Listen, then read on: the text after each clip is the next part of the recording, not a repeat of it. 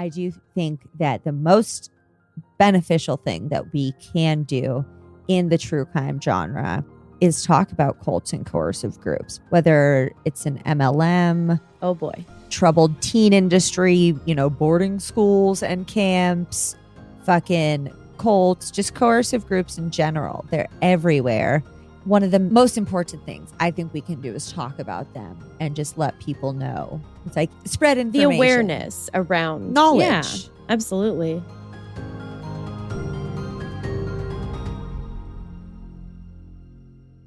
Hi, Cassie. Hi, Caitlin. If you're new to our creepy corner of the world, this is P&W, Haunts and Homicides, where we chat about true crime, the paranormal, and all things creepy and spooky and eeky and ooky in the Pacific Northwest. That is correct. And every other week, we just kind of take turns being the one who's like, eek? Yeah. And this week, I wasn't there for it. That's true. Yeah, you got to skip. Actually, if we get down to brass tacks, you got to skip 2 whole weeks. I did. Now, we usually do a tarot reading at the end of every episode. And we do that so we can get a little bit deeper insight into our topic. For this particular, and it's a 2-parter, this particular case topic, we are not going to do that.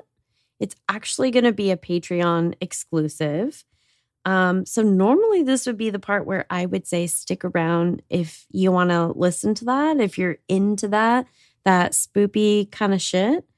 But no matter how long you stick around, that's not going to be in it this time unless you go to the Patreon.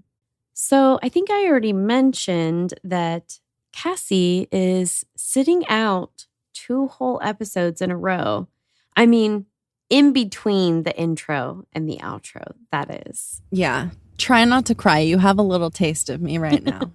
Exactly. We couldn't leave you hanging on that for sure.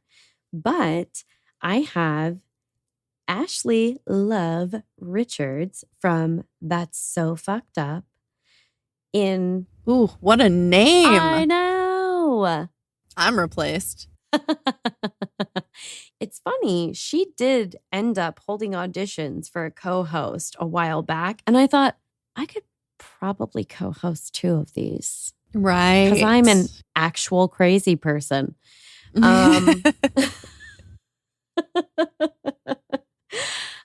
while I would love to host a podcast with Ashley, I did manage to get her to come and join me for this 2-part case series. And so these episodes are going to be in both of our podcast feeds. So in part 1, you're going to get most of kind of the background and the story leading up to a series of semi-culty events. And by semi, I mean super fucking culty. And in part 2, Ashley's going to take over and give you her 2 cents about some really creepy shit that went down here in our home state, Oregon. Oh. And it is Oregon. If I hear one more person say Oregon, they gonna be gone. Just saying. Ashley is a gem and she would never. But I have been listening to a ton of other podcasts recently, and people on the East Coast like to tell those of us on the West Coast that it doesn't matter. And I'm going to take a controversial stance here and say that it does. Say it right or don't say it at all. Boom. Mic drop. West Coast is the best coast. That's right. Oh. Well, should you guys get into this topic while I, in the future, edit and listen to alone in my bedroom in the dark? Yeah, you had no idea what you were signing up for. I feel like that's so much worse. I'm scared. And you know what? You should be. I'm going to make you stay on Zoom with me while I edit Okay. for 5 hours. Hi, Ashley. Hi, Caitlin. Hi, creepy people. I snuck that one in. Oh, hello. Hello. That's exactly what I usually do is the Mrs. Doubtfire. Hello. Oh, yeah. I had like a ghost thing in my mind, but either way, good stuff. Either way. Yeah. And you guys are probably wondering, if you're listening to PNW, who the fuck is Ashley? I'm Ashley Richards. And if you're listening to TSFU, you're probably like, who the fuck is Caitlin? So this is Caitlin. This is PNW Haunts and Homicides, where, as the title might suggest, we focus on local crimes, primarily here in the Pacific Northwest, and also spooky stories, a little bit of the witchy shit, kind of a little mishmash of everything creepy and weird. And this is That's So Fucked Up, a podcast about cults, murder, and other generally fucked up stuff. Yeah, we duped you. The title was, just a regular episode title. Because listen, we know you guys. We know you don't like change. We know you're like, featuring who? I don't want to listen to her. I don't know who that is. No. We get it. Change is scary. But this is going to be good. I mean, it better be. I've got a lot writing on this. Oh my God. Now I'm nervous. But it's going to be, I think it's going to be fun. This is like probably one of the craziest cults I know of. I mean, it's definitely going to take the cake, I think, for me, because this is like shit that happened where I live. Oh, right. This is Yeah. local. This is PNW. Yeah. Pacific Northwest for the uninitiated. So, also, what's up, worldwide people? Exactly. They're like, yeah. what is that? I guess probably if they don't listen to your show, I'm sure if they listen to your show, they know what the fuck it is. I mean, my God, I hope so now at this point. They're like, I love this PNW Haunts and Homicides. No idea what the PNW stands for. I don't know what that is. It's a weird choice, but okay. Hey, you know what? People, they want to know what they want to know. Yeah. And there have been so many things that I've been like, I could Google that really easily right now. I'm just going to continue wondering, though, for the next decade. Every time it comes up, I'll think, I wonder. Yeah. And then I'll go about my day. Well, your phone was probably 5 feet away, which is like 4 feet further than you were willing to reach. So that makes sense. And yeah, I usually have a co-host. Cassie said to be sure to say hi and sorry that she can't be here. And she said very sarcastically, I'm so sorry that I won't be there for all of the murdering. And I said, well, joke's on you, because there's almost no murder involved in this. Does one. she not like murder? No, she's not a fan. Yeah, she picked a really weird podcast to co-host. No, you know what? I don't like murder that much either. I definitely, there are some very crazy ones. Mm-hmm. But I think I find, well, just you guys know me, the fucking weird shit. Just, I don't know, shark attacks and mysterious islands. And I don't know. I feel like I like the most random stuff. Like I'm just like, my interests are so all over the place. But the thing that I am least interested in the world of true crime and fucked up shit is murder. Mm-hmm. I think that's fair. It's pretty self-explanatory. Well, and there's not a lot we can do about it other than try to understand the psychology about it. And then even then you have to be at a certain level to do something about that. But I really am super interested more so in what we're talking about today, which is cults and cult psychology, really any high control coercive group. Yeah. I mean, it fits the bill. Let's talk about sex, baby. Oh, which boy. is actually so fitting for today. It really is. And I hate that. I really do. Yeah. I was making a joke, not so much about the sexual abuse, but more about the fact that they called him the sex guru. Right.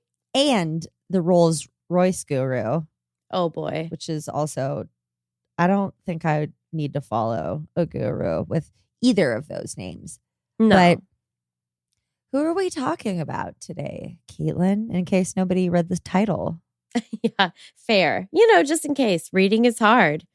It is. Talking's hard. Yeah, it's a lot harder than it looks. Everybody. I fucking struggle. Yeah. Our outtakes make it abundantly clear. So today we are talking about Chandra Mohan Jain. Oh, is that motherfucker's real name? Mm-hmm. Call him by his name. Yeah. Yeah. Fucking Bhagwan. Bhagwan. That motherfucker's like the least enlightened I think guru. So. Yeah. I mean, there's a lot of sketchy ones, let's be honest. But he was bad. He's pretty bad. In a race to the bottom, he is still really, he's one of those circling the drain type of dudes, I feel.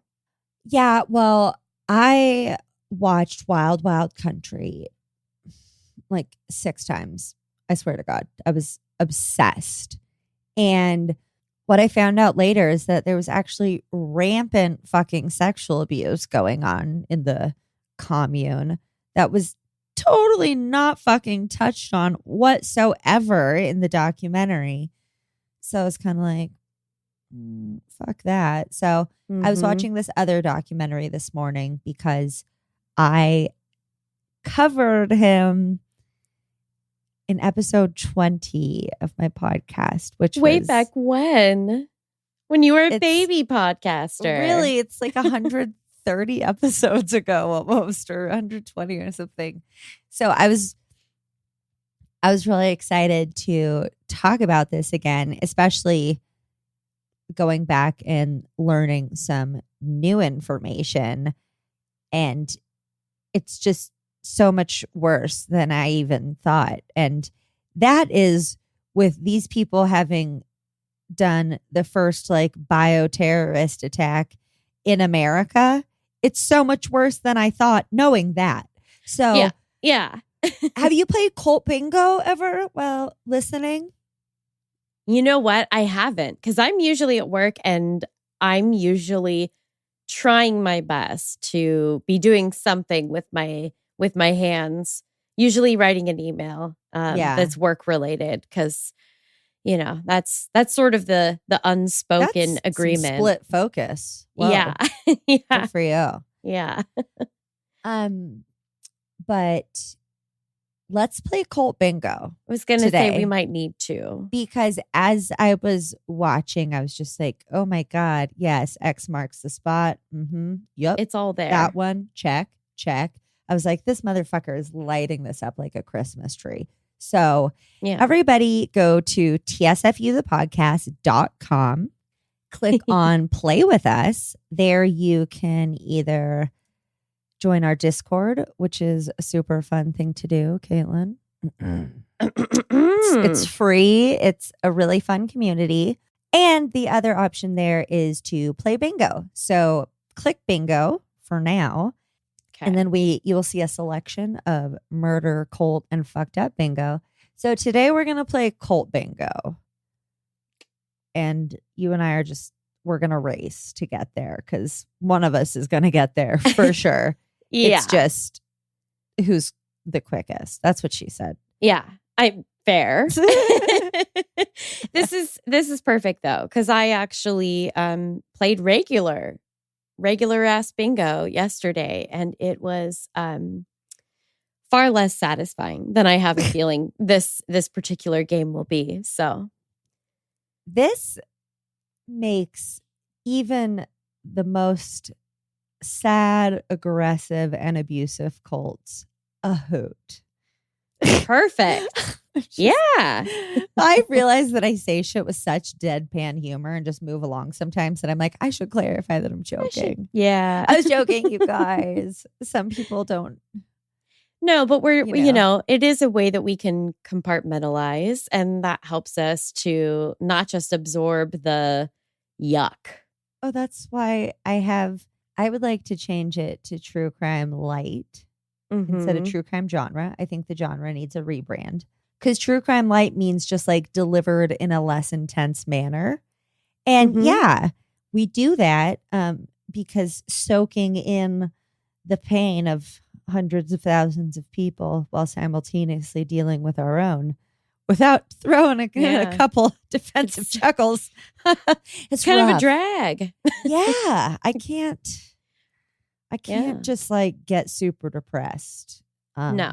I already have enough of that just, floating around. I've got my own stuff, okay? I can't take on but I do think that the most beneficial thing that we can do in the true crime genre is talk about cults and coercive groups, because whether it's an MLM, oh boy, troubled teen industry, boarding schools and camps, fucking cults, just coercive groups in general, they're everywhere. AA, what's up? Wasn't that for a while. Hey, girl. So just one of the most important things I think we can do is talk about them and just let people know. It's like spread information. The awareness. Knowledge. Around. Yeah, absolutely. The star, the more you know. With the rainbow. Yeah. So, oh my God, I'm dying. I already see fucking bingo in my goddamn head. But you can only, I know, even though we know all the information, we can only hit the bingo squares as they are touched upon in the story. Well, we're off to, yeah. I mean, I could already have bingo as well. But exactly. So that's why that's why we have to have that rule. Our story begins in India, where one of our main protagonists, which he's the only one we've talked about so far, Chandra Mohan Jain, was born on December 11th of 1931 to Jain parents, which I didn't really know a lot about the Jain faith. But if I'm being honest, it sounds like a much cooler, pluralistic philosophy than what this guy ends up cooking up. Oh, so there's that. Nutty, dude. Yeah. So, I mean, maybe should have stuck with the Jainism. Just a thought. Mm-hmm. This young boy would grow up to become a philosophy teacher himself, though later he would become something much more significant. Significant, not necessarily in a positive context, just in case that wasn't clear. No. I mean, he was definitely victimizing Indians before he was victimizing a whole bunch of fucking white hippies. Yeah. Let's go international with this franchise, if you will. Oh, he was on his way. Yeah. Yeah. Many would come to think of him as a new age thought leader. But first, let's talk about some of the building blocks of the eventual, heavy air quotes, new man. Okay, also, can we just say really quick that anytime we have new age thrown in the title, be wary, okay? Yes. You know who's super fucking new age? Teal Swan. Okay? New age is just Eastern fucking philosophy wrapped in Western packaging. Yeah. It's just cultural appropriation that we've decided is acceptable in isolated incidents for some reason. Cult leaders love it, though. They love really that shit, do. especially the ones who lean the more kind of yogi route. Mm-hmm. Well, and here's the issue that I take with it. Okay. This is, first of all, one of the ridiculous things that you'll hear in the documentary and in almost any piece that's covering this guy. But it's how he wants to literally build society anew. along with mankind. And to me, I just say, well, listen, if it's so easy, don't you think that there's at least one generation of women that would have put that idea into practice? Wasn't there something that in his little booklet about, his first book was called like Sexuality to Spirituality or something? Yes. It was totally like capitalizing on sex from the beginning. Hello, sex sells. Mm-hmm.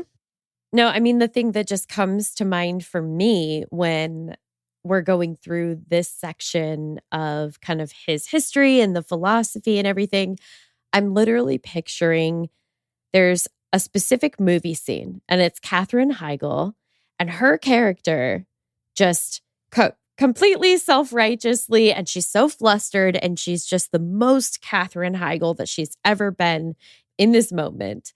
And she says, for men, self-improvement ends with toilet training. And I'm like, so how exactly are you bringing about this whole new man thing? Well, it wasn't eugenics, but it was like, hey, let's breed the best people possible, which I feel like is eugenics, but they used a different word. Right. They're like eugenics adjacent, has like you said. Such a negative connotation. Yeah. Let's rebrand it. Okay, sorry. Now she's I'm like, I'm going to Google it. I'm like,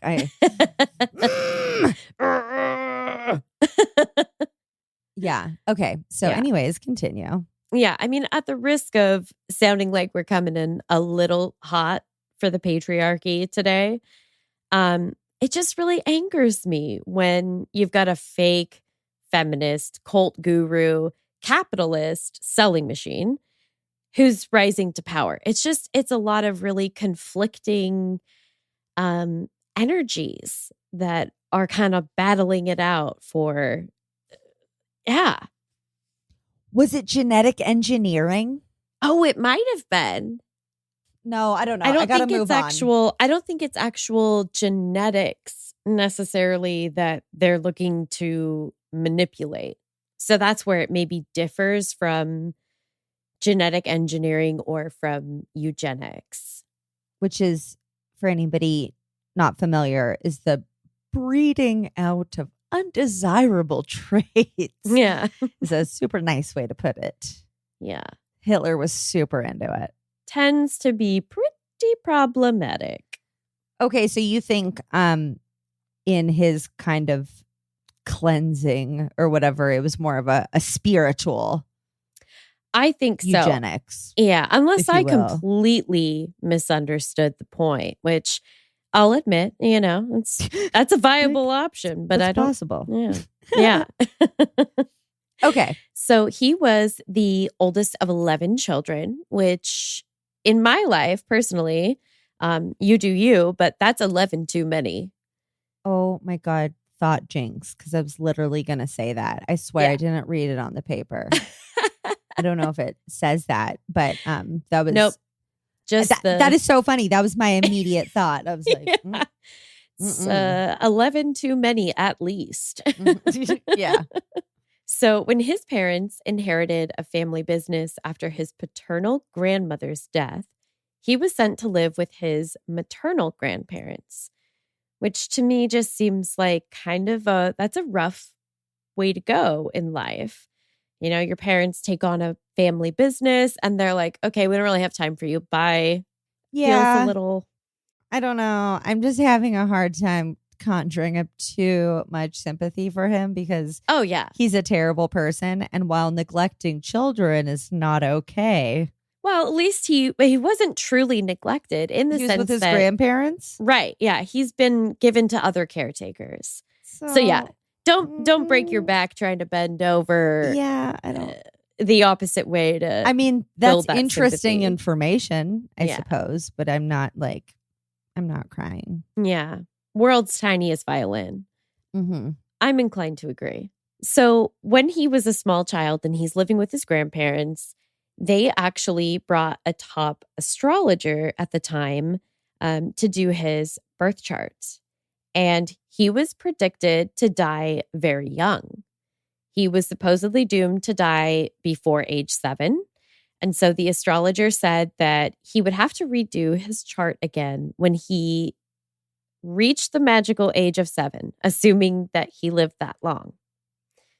Which doesn't already breed a lot of confidence in this prediction, because he's saying, well, if he lives to 7, I'll redo the chart. I should hope so. And That's not at an additional fee, I assume, sir. I hope not. That's a pretty heavy diagnosis to throw on somebody at the age of fucking 4 or whatever it was. Exactly. As a child, he struggled with asthma, which can confirm it's probably not going to make you start a cult, though. It's scary, I'm sure. Yeah. I mean, I don't care for it, but lacking oxygen, not ideal. No, it's not great. But to date, 0 cults in the bag for me. So I feel like that's where our paths totally diverge. Spoiler alert, he did not die young, despite teenage dramatics about a near-death experience. I'm not going to even get into it, but suffice to say, for a guy that should have died twice already, he is still very much alive. He did end up... Well, not now. Yeah, no, not at this point. He's dead as fuck now. Yeah, currently. Super dead. He suffers from chronic deadness. Yeah, he's like way dead, you guys. So don't worry. Soup's dead. I actually do worry, though, because there are still people around the world just like worshiping his philosophy. So worry, you guys. No, don't worry. Just educate yourselves. Thanks for being here. You're doing it. Yeah. Just remain vigilant. Worry might be, you know. Don't worry. Yeah. That's a waste of energy, people tell me. It's not good for your heart health. Yeah. Don't be hyper vigilant, but vigilant. Yeah. Vigilant. Yeah. Keep your eyes open. They're like, who is this guy? Who's this guy in the weird robes telling me he knows everything? Just be wary. Yeah. Maybe you write down a list of follow-up questions and, you just keep those in your back pocket. Exactly. So he did end up getting a philosophy degree, despite being a very disruptive and argumentative student. He was just a dick. He really was. He was just absolutely like, I know better than you, teachers. Yes, that is 1,000% the energy that this guy brings, which is small dick energy. I was literally going to say that is the opposite of BDE for anyone who, We are on the same page, my friend. If you know, you know. If you have to talk about how cool you are and how much you know, you're not cool and you don't know shit. Yeah. But you know what? Then he gets all silent and is like, that means that I do know stuff. Right. And that was just a really tricky way also to not know shit. And so, no, he was a sly bastard. He really is. Fuck. Yeah. So, I mean, this dude just sounds like a literal nightmare. And apparently so much so that at a certain point, they started exempting him from classes. So all he had to do was sit for exams. And this was actually in deference to the other students so that he wouldn't be so disruptive during their courses. Why didn't they just kick him out? Was his family really rich or powerful or something? I didn't find any indication of that. I don't know why this seemingly very preferential and very undeserved treatment was why? Listen, I've only run a couple universities, but for me, that would be an immediate expulsion. Right. What the fuck? This guy again? I know. Listen, third time to the principal's office, you're out. Buddy. Yeah. That's enough of that. I do have to say, maybe you get this oh, I was supposed to die and then I lived a little bit.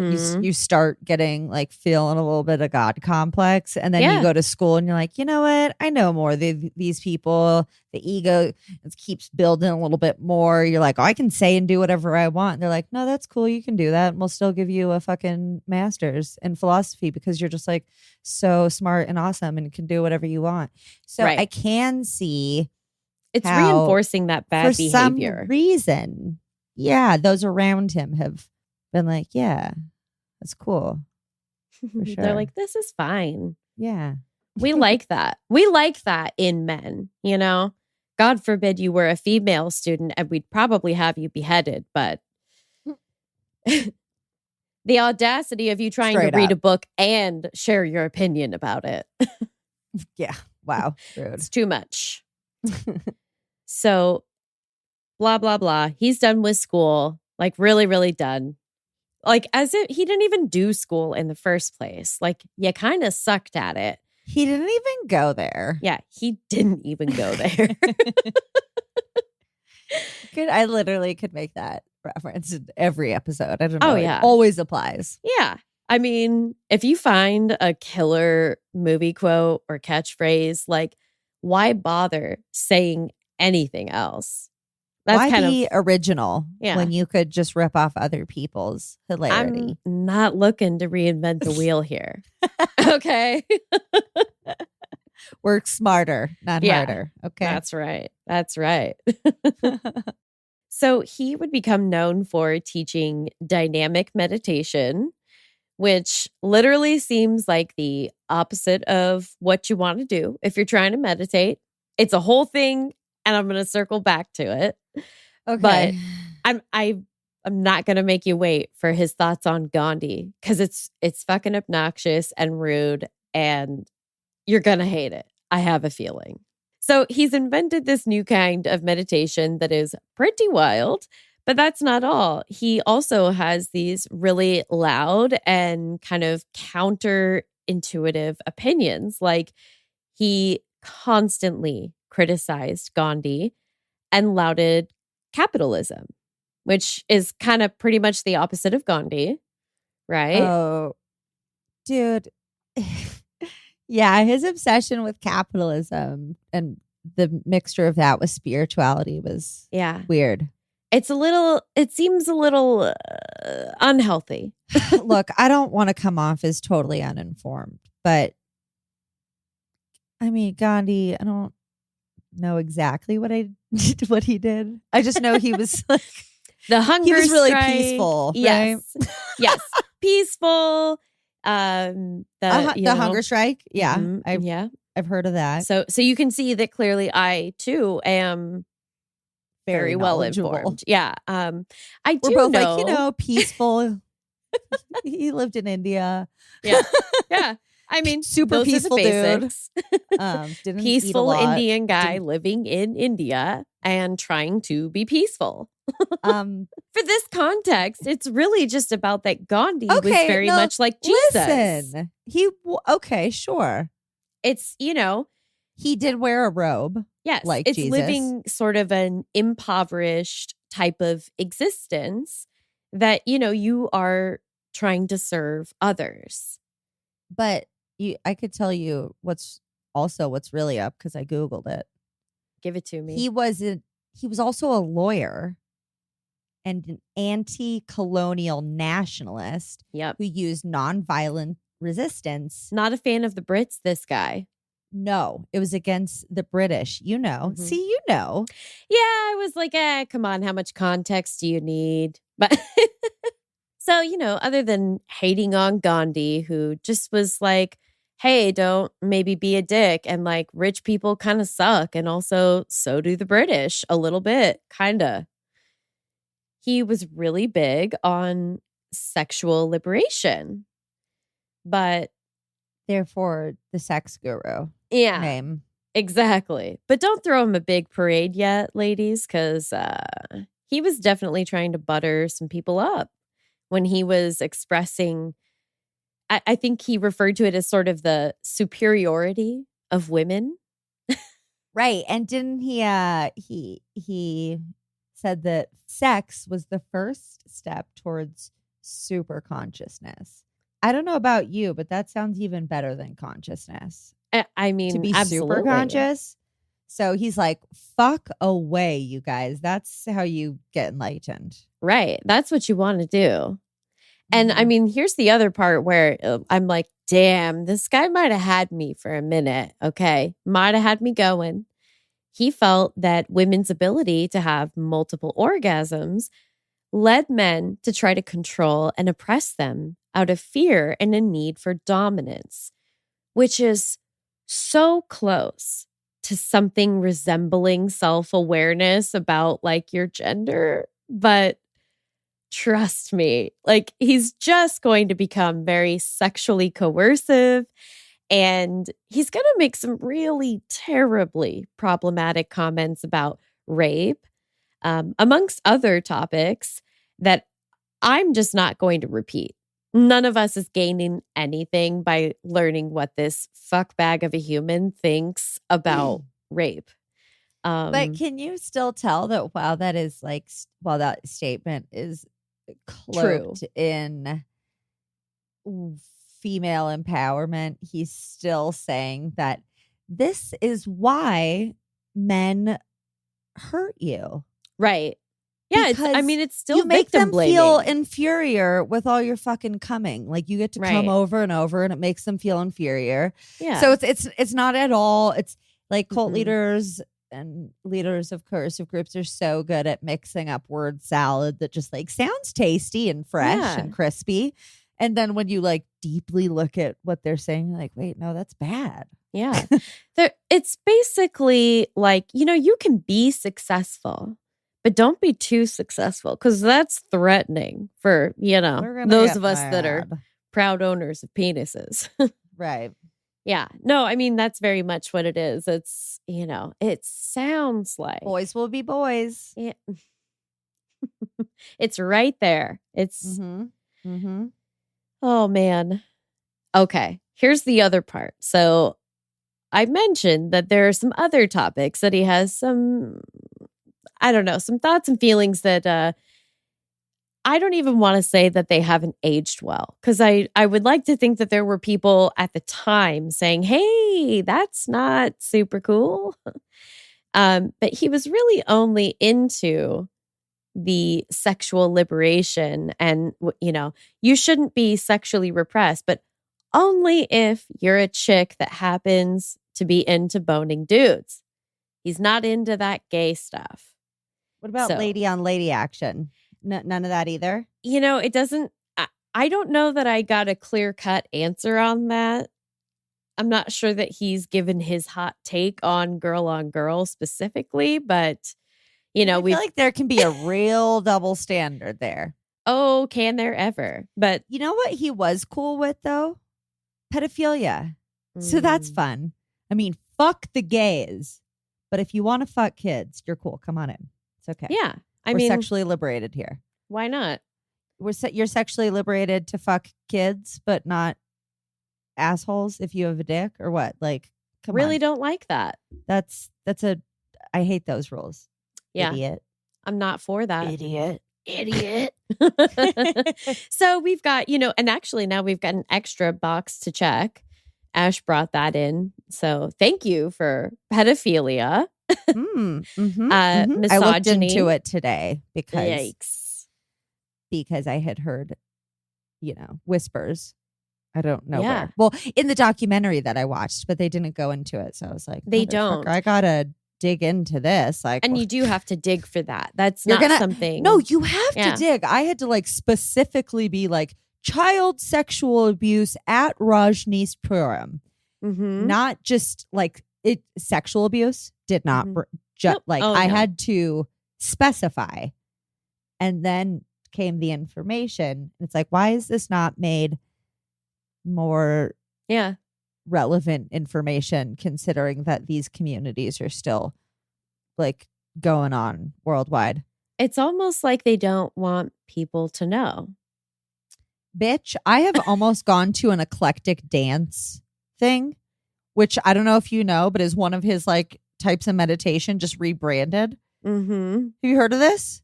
I don't know if I've heard about this club, but you just go like, I just read about it on a flyer. It was like, oh, it's your local yoga center or something. It definitely, maybe it had a quote from Osho or something, and I was like, oh, cool. You just go like dance it out. Like, whew, I was so close so many times. And like I've said before, I think my alcoholism did put me in a little cult for a little bit. little but I bit. think without it, I might have ended In like in a real way cult. worse Like cult. a real bad Yeah, cult. for sure. Yeah. I was too busy like drinking at home by myself to go Yeah. do the things that I was like, that sounds kind of cool. Yeah. Fuck it. Sometimes little blessings. Hey, silver linings, my Yeah. friends. Exactly. Exactly. So we can check the box for misogyny, Oh, which reminds homophobia. me, I got to check into bingo here. Yeah, I just did that. I'm checking the boxes for, let's see, misogyny, pedophilia now, homophobia. Oh yeah. There's a lot of stuff that we haven't gotten to yet here that is like this whole thing's gonna be lit up. We just haven't fucking gotten there. Yeah, we're gonna get there. We gotta keep rolling. Yeah, exactly. As indie podcasters, we love to show our support of other awesome shows. So stay tuned for the promo we've got to share with you this week. Let's show them some love. You can find their info in our show notes. Hey, Paranormies, I'm Brittany. And I'm Alexa. And we're the hosts of They Don't Stay Dead. We're a paranormal podcast from Australia, and we've made it our mission to share with you all the real-life ghost stories and haunted locations from our home, as well as encounters with supernatural beings and reports of unknown mysteries. From haunted asylums and ghost ships to big cat cryptids and alien encounters, there's something for everyone. We release new episodes every Thursday, and you can find us on Spotify, Apple Podcasts, or wherever you get your podcasts. Be sure to check out our Instagram at They Don't Stay Dead for weekly updates. We get a little bit spooky and a lot silly. So join us for some laughs and a tale of the unknown. Stay spooky, Paranormies. You guys, we're back. And don't worry, we did get more wine. Well, of course. Okay. Well, honestly, it's like he was created in a cancel culture lab to be canceled. He's Not really gonna no lie, better that than is- Keith Raniere. Oh, they're same level. Yeah. That's why I created cult bingo, because the Mhm. more I talked about cults, the more I was like, well, aren't these motherfuckers just all the same? Like, they just copy. Oh, which one of the bingo tiles that I just clicked is cherry picked. Oh, They cherry picked different, philosophies and fucking this and that from other religions and cults and stuff. So, oh if yeah. you guys are playing that and you've got that on your, I was going to say your tic-tac-toe board. That's not this. This is bingo. Bingo. Click that bingo button. Get her. So even at that, all of these boxes checked, which is still just a fraction of all of the box checking that we need to do. Mm-hmm. We're still decades away from all of the shit that made the nightly news and the newspapers, which if we have any Gen Z listeners, it'll probably be quicker if you just Google those things or ask your parents. We don't have the time. Most of my listeners are millennial or Yeah. the next step, Yeah. Gen X. I'm like, there are legitimately people that could What's start. up, my ladies in their 40s? Hey, girls. Hey. And 50s. I know you're there. Mm-hmm. No shame Okay. in your game. So the base here, we've got it under control. We know what a newspaper is. That's a relief. Mm-hmm. I do. So we already know that he did not care for Gandhi, which I feel like is a somewhat unusual stance for an Indian-born man who didn't necessarily come from means or a powerful and or British family. He disagreed with Gandhi's insistence on extolling the virtues of poverty that he believed would never allow the people of India to elevate their circumstances in any meaningful form or fashion. Yeah, I remember this. He said, Mhm. you can only make a man rich in his mind. That everything else is purposeless. And it's like, Okay, and that's why one of your goals was to get a Guinness World Record for having the most Rolls Royces.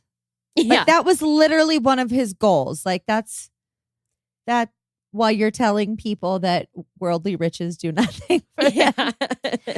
I don't know. It feels weird. Counterproductive. Sort of hard to know where he falls on this one. He's kind of all over the place. So he's a big fan of capitalism, and he really thought that it would allow people, specifically in India, to strive for more in their existence.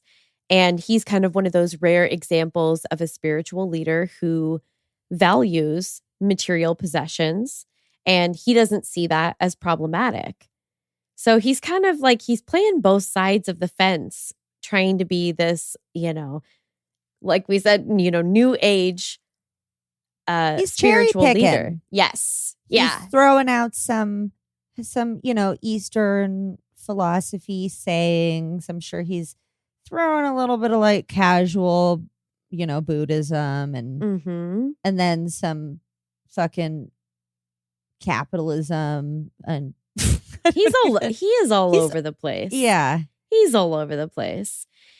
He's rejected the typical traditional religious structures and institutions, but he's still really comfortable telling you exactly how you should or should not be living your life. He just didn't feel comfortable taking an oath of poverty himself.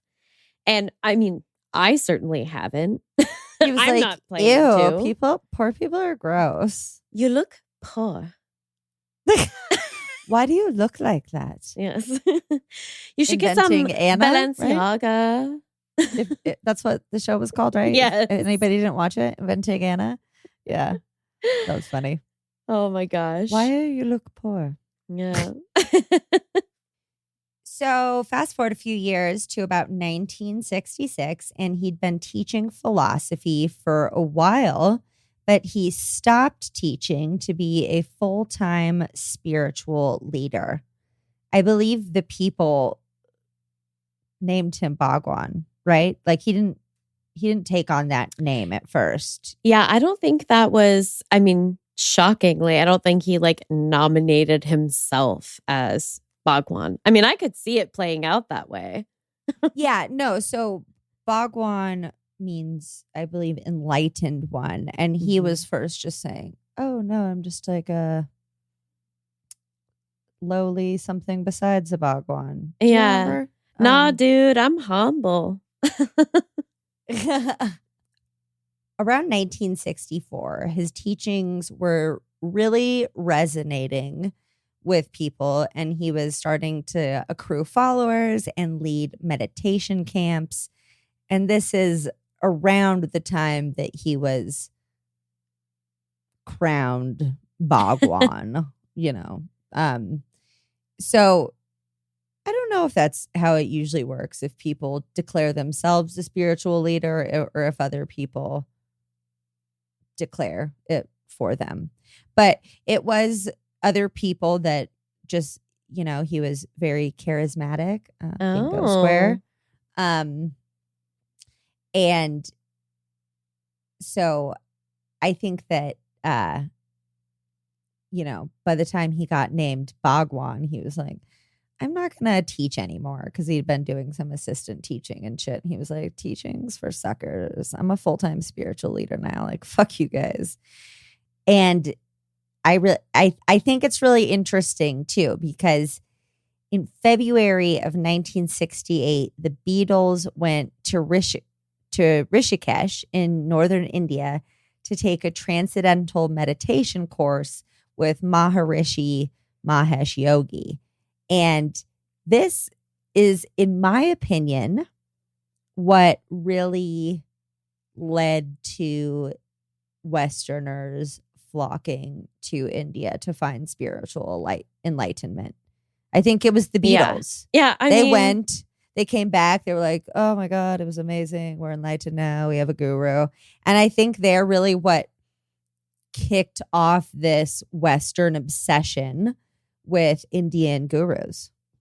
Yeah, I'm inclined to agree. I mean, right? You go from it just one makes day. sense. Yeah, I mean, one day you're throwing your panties up, at Paul McCartney on the stage, and then the next day, you're not wearing panties because you've joined this, movement.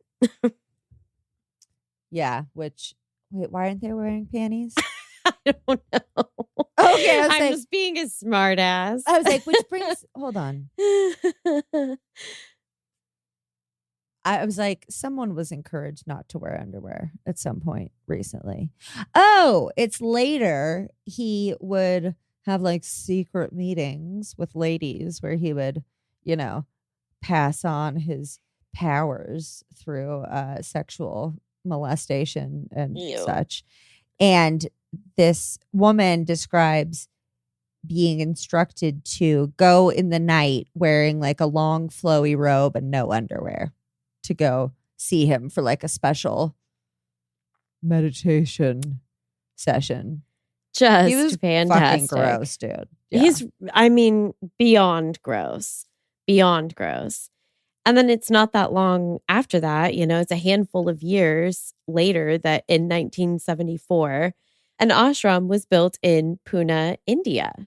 And, you've already brought up the fact that he had quite a few Rolls Royces that becomes sort of his thing. Oh, that was his jam. Yeah. I don't, But it's around that time is when he really kind of starts accruing some of those worldly symbols of wealth and the Rolls Royces. That's when we kind of start seeing him collecting those. We're getting on that bandwagon around this point. So this started in India. Mm-hmm. He had Rolls Royces in India. Okay. And that's probably part of the reason they were like, get the fuck out of here, dude. Right? Like, we smell fish. Right. Yeah. And it's you. You're fishy. Fishy. Get out. You smell. Fishy. Yeah. Exactly. So, but that's one of the things that his, ever-growing group of followers at this point, because, you said he's really rising to fame and, he's being nominated, essentially, this spiritual leader. And this is at a time when some of the spiritual traditions of India were sort of blending with that 1960s, 1970s era, the human potential psychotherapies that were being developed at the Session Institute in Big Sur in California. So it's this very like West Coast, like kind of surfer dude, like dropping LSD type of energy.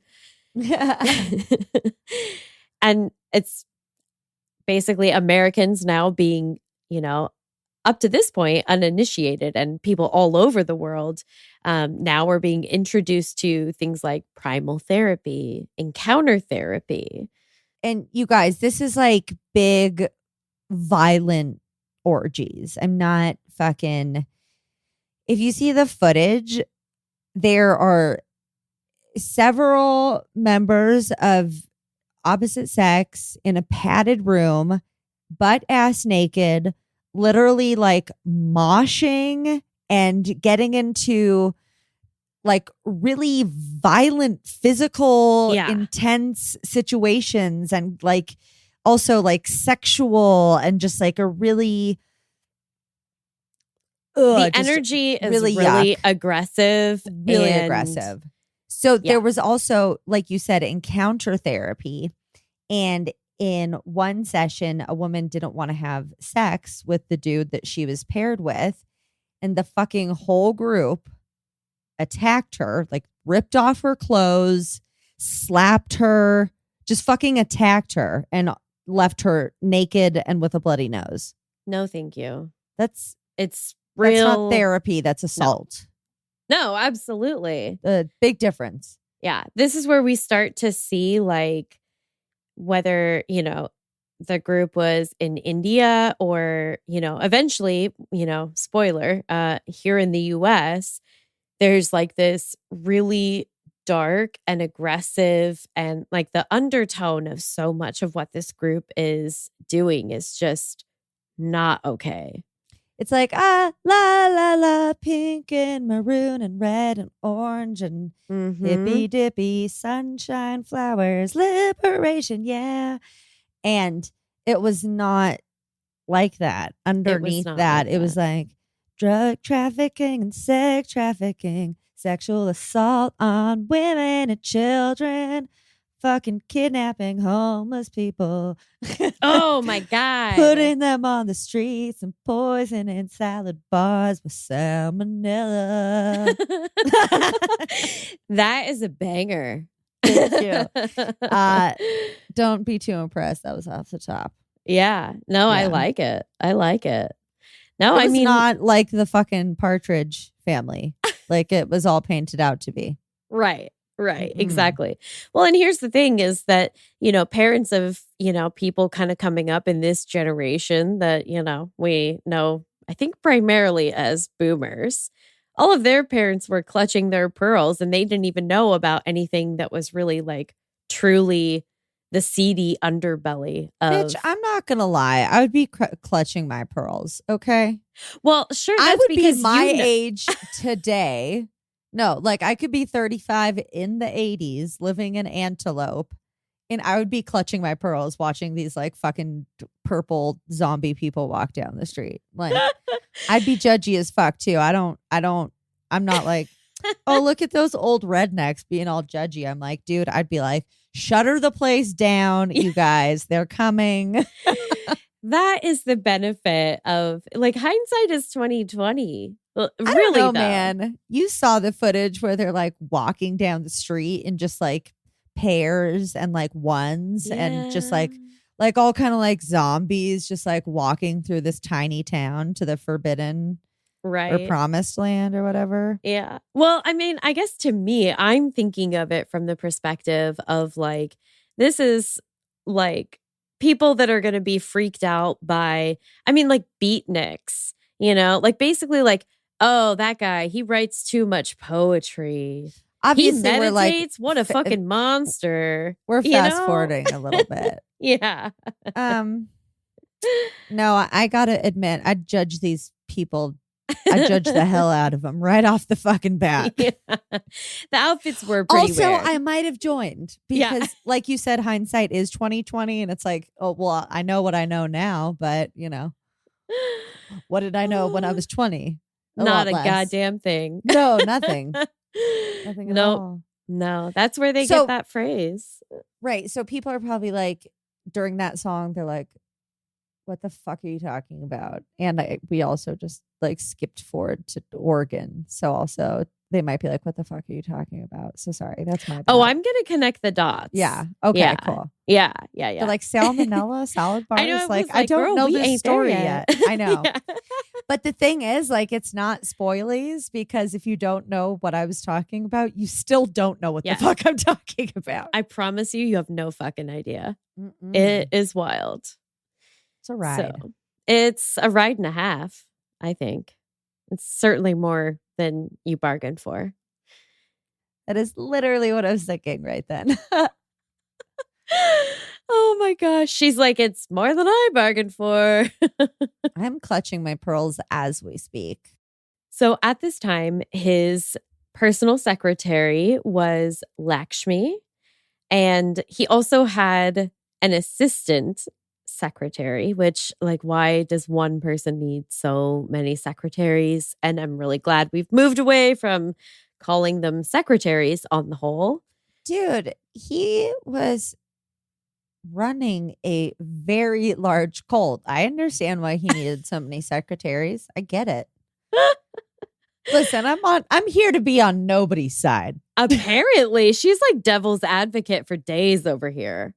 No, sorry. I'm like with the townspeople of Oregon, which we're getting to. Yeah, we're getting there. I'm introducing the major players. Yeah. I mean, except for the one. I also have a weird fondness for Sheila. Like, I'm kind of like, you know what? You believed in something and you went for it. Yeah. I don't know. I think that's one of also, those I think common she's traps. a psychopath. Yeah. And a very charismatic one. Darn it. She got me again. No, she does. She gets a lot of people. That's She'll what I found. That's what I found through researching this. And I was like, I don't share your feelings, but I see where you. they're coming from. Yeah. I see you. I see you. And I am backing away slowly. I love it. Yeah. So Ma Anand Sheila was the assistant secretary. That dynamic is going to shift pretty quick. So don't let that assistant secretary title fool you. She's going to start running shiz at a certain point. This bitch wants power and she knows how to get it. She sure does. Oh boy. She is a motivated lady, which normally She acts like she was all innocent. She was Right. like, oh, oh, such revisionist history. I don't know, Sheila. Yeah. Sheila. Bullshit. Yeah. I was literally just going to say, Sheila, you are full of shit. Because Lakshmi is actually given what I feel like is kind of a next to impossible task. And immediately this dude's parting words were basically, don't come back from your travels until you do the thing. Okay? Bye. And Sheila's like, listen, I'm going to jump all over the opportunity that I feel like has presented itself here. I'm just going to slide right into Bhagwan's DMs and be like, look, Lakshmi does not have what it takes to do your bidding. But of course she does. I got you. Well, she Bhagwan. does. Yeah, I mean, she does. Yeah, To be fair. She's going to prove it. So to recap, he's becoming extremely wealthy and beloved by his followers, which he is super all for.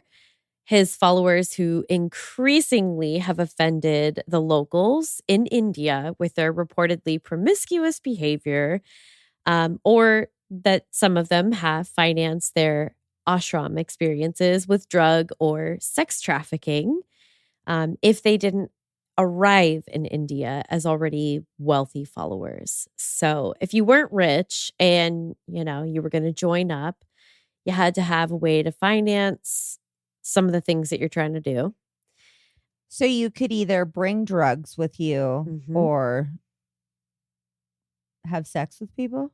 What I was seeing was that trafficking is kind of confusing. It is confusing, but that's something that I saw in a number of different source materials, but they don't really explain that fully. And I wonder if when they say sex trafficking, what they really mean is that some of the followers entered sex work to finance. I'm not really sure. That part's unclear. Let us know if you know. Yeah. Were you there? Hey, you never know. These people are not fucking dead. A lot of them. They might be listening and maybe we're there. Could be. They're like, listen, I already fell for this once. I'm going to listen and see if I can't figure out how to avoid, falling into a second honeypot, if you will. Yeah, because, they really pull the rug out from under people. It always starts seeming pretty cool. Yeah. I think you probably, if you've listened to any other podcast that's talked about any number of cults, one of the things that they do is they don't specifically target dumbasses. They go for really smart people that are useful and have a knowledge base or a skill set that, makes them these, very highly functional individuals who are at a key moment in time.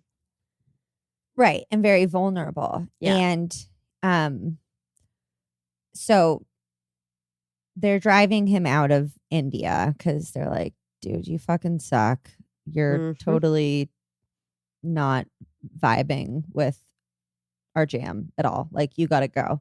So Lakshmi and Sheila are now in a war to They're find duking it out. them a new, paradise. So Sheila finds this incredible desert ranching paradise in Oregon. Something. In 1974, the Indian government pulls the tax-exempt status of his ashram and sends a notice to the tune of several $1 million worth of back taxes. Oh, those are no fun. No, not at all. Yeah, that's what I've heard. His health was also failing. So good news around this time. Sheila and Lakshmi have been kind of duking it out for supremacy, and they're, wanting to find where is their new home going to be. It's around this time that Sheila, she realizes that the group needs to go to the United States because the U.S. Constitution protects their religious freedom, right?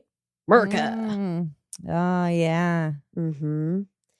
But first, her husband has to die, which is so dark. I was like, I'm just gonna deadpan it, and then But yikes, it's terrible. Doesn't he die in America? He does. I mean, they don't start the settlement until after he dies. Oh, okay. It's very confusing because there's a lot of these like events that sort of like kind of feel like they overlap, or like, wait, Right. where were they? So they come to America because Sheila's husband is American. Her husband's name is Mark. He's been battling with Hodgkin's for 13 years before he eventually dies. She's a really bad cancer. Yeah. Right. It's not fun at all. No, he's been really going through it. So he passes away, and apparently she's never cried up until after he actually passes, because the Bhagwan told her that Mark would be afraid to let himself die if he saw her crying.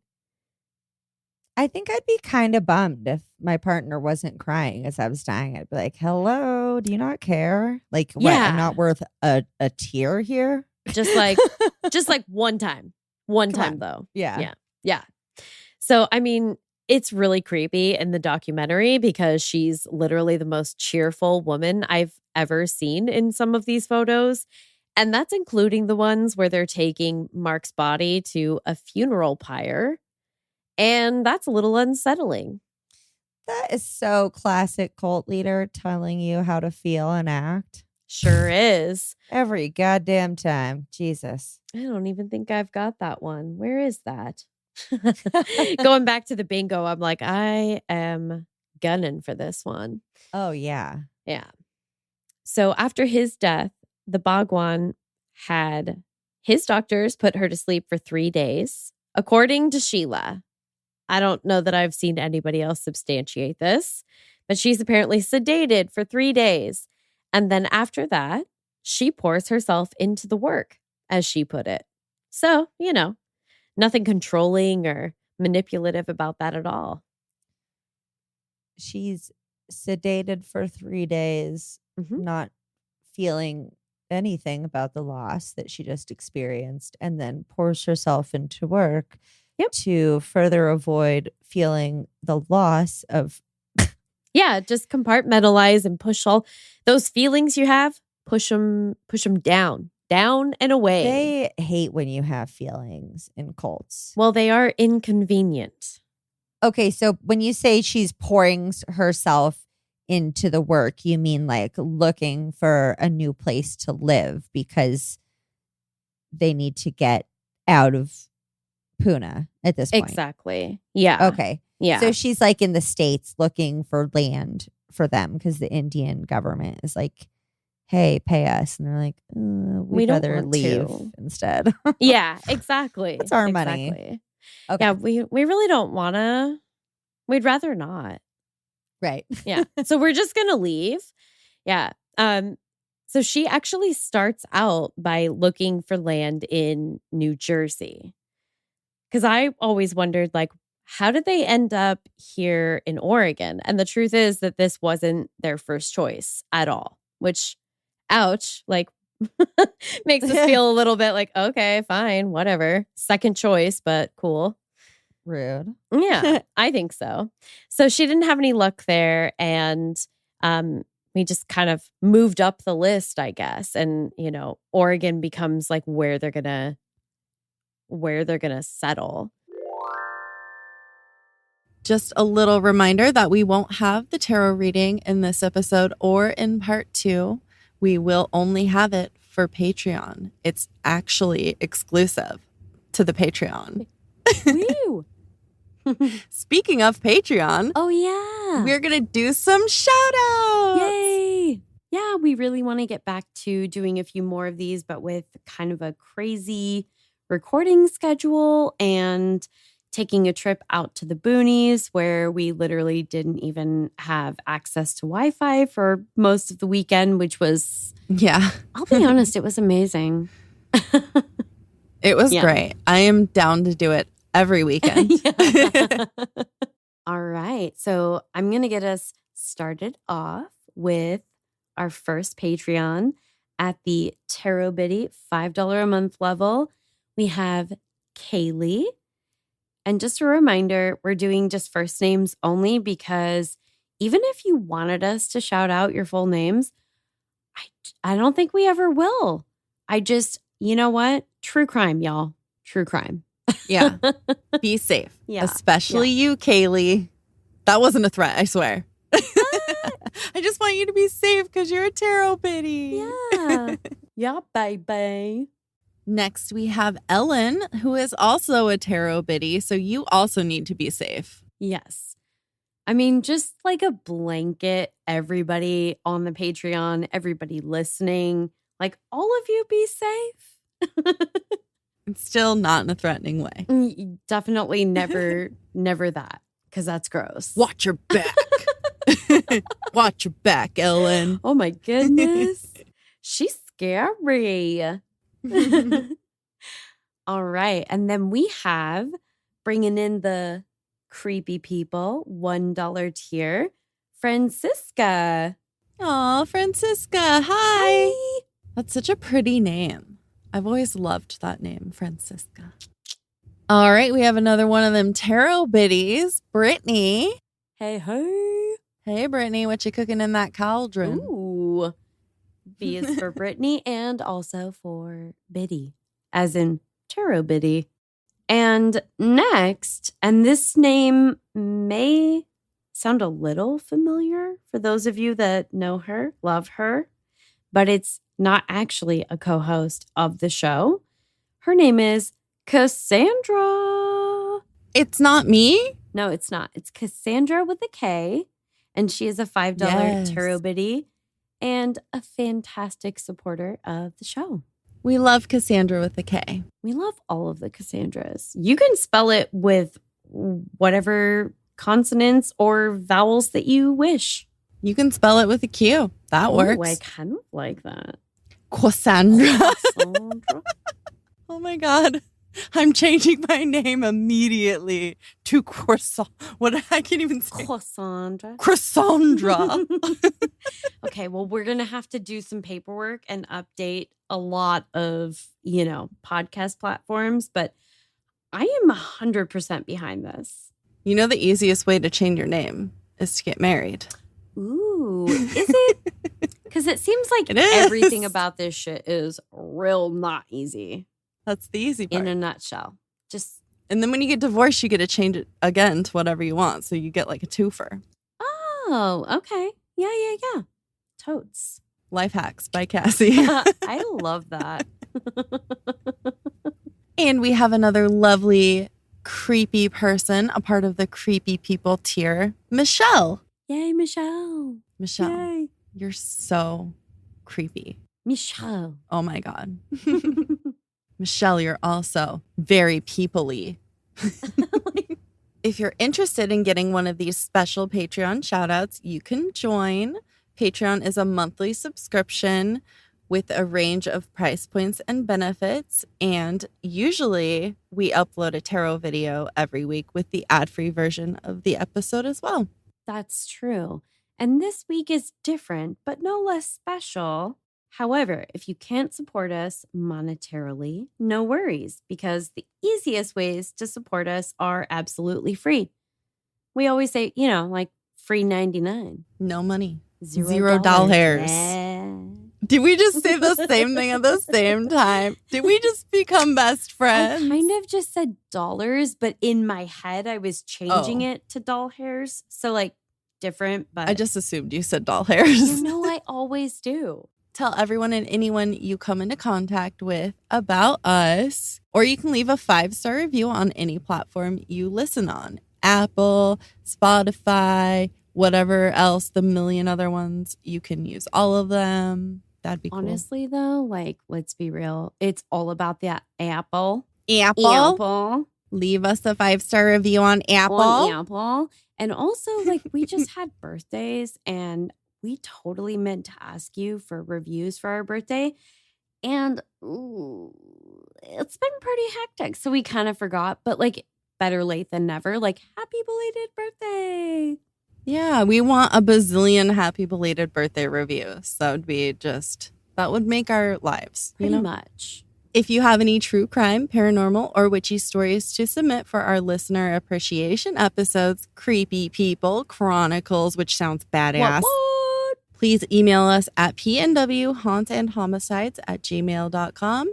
It's all spelled out. There's no special characters. It's super duper easy peasy. Oh my god. Or you can also use our handy Google contact link in the episode description. I mean, I think it's pretty cool.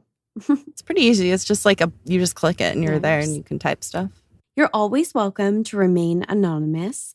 And remember, they do not have to be from the Pacific Northwest if you'd like to share. We really would love some stories from Stockholm or Amsterdam for sure. hell yeah. Did we say that one already? I just really want a story from Amsterdam. Honestly, I probably said it already. There's gotta be a lot of stories in Amsterdam. Like, let's do this thing. Follow us on all of the socials if you don't want to miss out on photos of our tarot cards and our beautiful altar setups and a lot of backstage shenanigans. We're going to be at a festival this weekend, so we're going to be sharing a lot. Literally this weekend. This comes out after that, but we'll be sharing still Yeah. probably. Totes. You can find our website or our link tree in the description of this episode to check out all the fun that we have to offer. We have a package. We have a package? This is actually a package that came from a listener and a very special listener. He's going to get like a 2Z, 3Z. I don't even know how many shout outs exactly. He's also a Patreon. Aw. We're recording via Zoom right now. Cassie, do you see this shit? Do you I see do. It's a this book. shit? It's called Ghost Stories of Oregon, and I am Yes. down. Okay. I love that. Now, can you see what page is bookmarked? The White Eagle. I was just talking about that the other day because I visited Rock Creek Tavern, which is also a McMinimans. Very, very cute. It is one of my favorites. The White Eagle and Rock Creek. Oh, Creek. man. Yeah. Oh my God. I just went Rock Creek. full wow. I'm not even sure where I'm from anymore. Like a ghost just escaped my mouth. So that's Oh my gosh. oh boy. But yeah, I'm super excited. Well, thank you, Lawrence. That was so awesome. That was very sweet. We appreciate everything. Yeah. That's so cool. And, you know, we may have some goodies coming the way of our Patreon. Oh, hint, hint. It's like a really heavy-handed hint. But yeah, we definitely have some goodies coming the way of our Patreon before the end of the summer. Okay? We fucking promise. And that's all I'm going to say. I believe it. So sit on that. Have a creepy ass day. See you next Tuesday.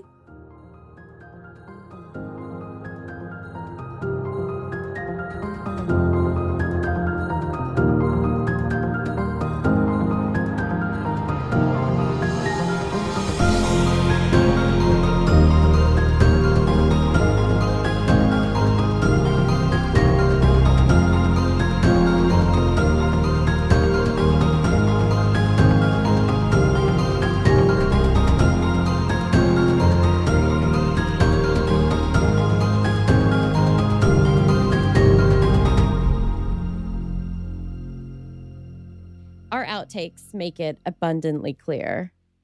I don't know about We you. should do more outtakes. I don't know why we don't. Oh, yeah. I wish that we would do less.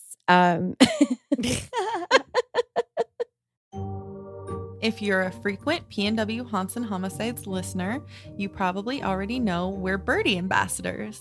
We wanted to take a quick moment to tell you a little bit more about this awesome product. Birdie is the modern personal safety alarm made for women by women. In a situation where you feel threatened or unsafe, you can simply activate Birdie's loud siren and flashing light to create a diversion. Birdie is perfect to carry anytime because the device is lightweight and comes in a variety of colors. So important. Use our ambassador link and coupon code PNW Haunts and Homicides to receive 10% off your purchase. Like our social media handles, the coupon code is all spelled out, no special characters. You can find the link and promo code in our show notes or PNW Haunts and Homicides link tree. Have a safe ass day.